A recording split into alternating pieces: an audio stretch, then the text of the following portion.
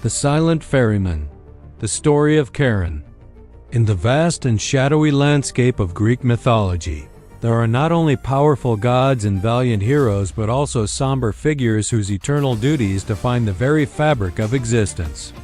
Among the most haunting and steadfast of these is Charon, the ancient and grim ferryman of the Underworld. His story is not one of glorious battles or passionate romances, but of a solemn, unending task, guiding the souls of the deceased across the waters that separate the world of the living from the realm of the dead. Charon's origins are ancient, predating many of the Olympian gods themselves. He is said to be the son of Nyx and Erebus, two of the primordial deities who emerged from the initial chaos of the universe. This lineage places him among the oldest and most mysterious figures in mythology, a being born of shadow itself, perfectly suited for his gloomy domain. His eternal duty was assigned to him by the gods, to pilot his simple, unadorned skiff across the rivers of the Underworld. Most commonly, he is associated with the river Styx, whose waters were so sacred that the gods themselves swore their most binding oaths upon it. In other accounts, he is said to navigate the river Acheron, the river of pain. Regardless of the river, his purpose remained the same. Charon's task was to ferry the souls of the recently departed from the shores of the living world to the gates of Hades, the kingdom of the dead. He was an essential part of the soul's journey, a necessary transition from life to the afterlife. Without his guidance, a soul would be trapped, destined to wander the misty banks as a restless shade for 100 years before being allowed to cross. However, Charon did not perform his duty for free. He demanded a payment for his service, a single coin known as an obol. This coin was to be placed in or on the mouth of the deceased by their relatives before burial. This practice became a sacred and vital part of ancient funeral rites. A proper burial was not just about respecting the dead, but about ensuring their soul had the fare needed for its final journey. Those who arrived at the riverbank without the coin were turned away without a second thought. Charon was famously stern and unyielding in this rule. No amount of pleading, crying, or begging could sway him. His boat was for the dead who had been honored with proper rites, and that included the payment for passage. This custom underscores the ancient world's profound belief in the importance of ritual. Charon is often depicted in art and literature as a grim, unkempt figure. He is not a god of splendor, but a laborer of the dark.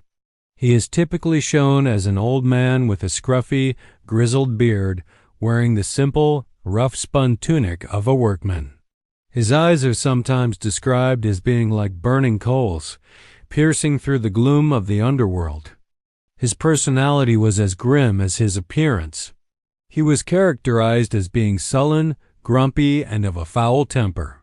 He rarely spoke, and when he did, it was usually to bark orders or refuse passage. He had no pity for the souls he transported, seeing them not as people but as mere cargo. For countless ages, he performed his task with a joyless and mechanical repetition. His boat was not for the living. It was strictly forbidden for a mortal who still had life in their veins to cross the river into Hades. Only a few legendary heroes ever managed to make the journey and return, and each had to overcome the challenge of persuading the stubborn ferrymen to take them.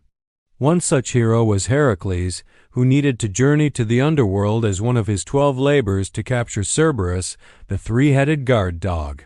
Heracles did not use persuasion, but rather his immense strength, overpowering the ferryman and forcing him to take him across. For this transgression of allowing a living man to pass, it is said that Hades punished Charon by chaining him up for a full year. The great hero Orpheus also managed to pass by Charon while still alive. He sought to bring his beloved wife Eurydice back from the dead. Instead of force, Orpheus used his divine musical talent. He played his lyre and sang a song so mournful and so beautiful that it charmed the ancient ferrymen. For the first and perhaps only time, Charon paused his work, captivated by the music, and allowed Orpheus to pass without payment. Aeneas, the Trojan hero, was another who made the journey, guided by the prophetess Sibyl. She showed Charon a sacred golden bow, a magical item that served as a special passport to the underworld, and the ferryman, recognizing its power, begrudgingly granted them passage. These exceptions were rare, highlighting the strictness of the rule. Charon's role was not to judge the dead. That was a task for the three judges of the underworld, Rhadamanthus, Minos, and Aeacus. Charon was simply a transporter. He made no distinction between the souls of kings or commoners, heroes or villains.